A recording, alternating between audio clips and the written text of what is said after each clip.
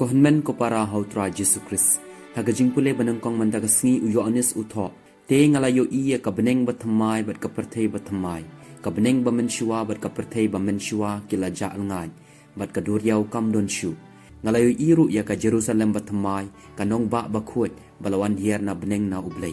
Ka babhabrio kum kanong lej kurim bala penriam penbet ban kendu ialau tengah. Hang nengi sunguthu badon ka jingadei hapeneng kane ka perthei bat ka beneng bamenta bat ka beneng bathamai bat ka perthei bathamai. Ka e ka bangi yo i menta ka detang ka serngio bam shai bha jong ka e ka ban sawan. Hashwa jong ka beneng bathamai bat ka perthei bathamai endon ka jingbishar bakhadu.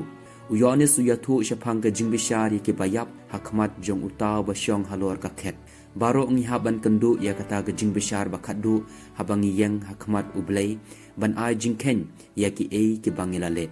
Habangi yang hakmat jungu ngiyo ilut na dong syadong namar upen syaya ki eki baro. Walangi ong bangin namla ban yo jingpen im tang daki kamba bha jungi Henry ki longpat ki badan kam ban sunguthu hadu kanno ngi pdiang ya ki jingai e ba gejingis nei ublei.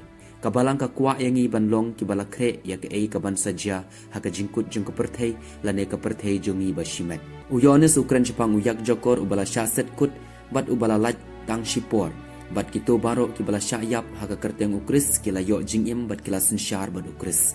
Kane ka pen iya ka jingwan jong ukris balang ba ka jing syashitom ka jingya ba ka jimi pat jong ula job yo soitan. Kane ka pen iru bagi kristan ki hab banyele persya ya ubomman nadu ka por jong ka jingkiu jisu syabeneng hadu ka sngi ba khadu. Haga gospel u jisu ong akisin ran jong hapet ya udiang dumbur bat ya ki weipat ki diang baro. Habap hiyo i bakila kmunsla pitip bakal liur kalajan. Hagaju karukom habap hiyo i yakineki eki bakija pinsatip bakahima ublei kalajan wan. Ka e kabau jisu ukwa yangi kalong bangi de banlong ki bala kre.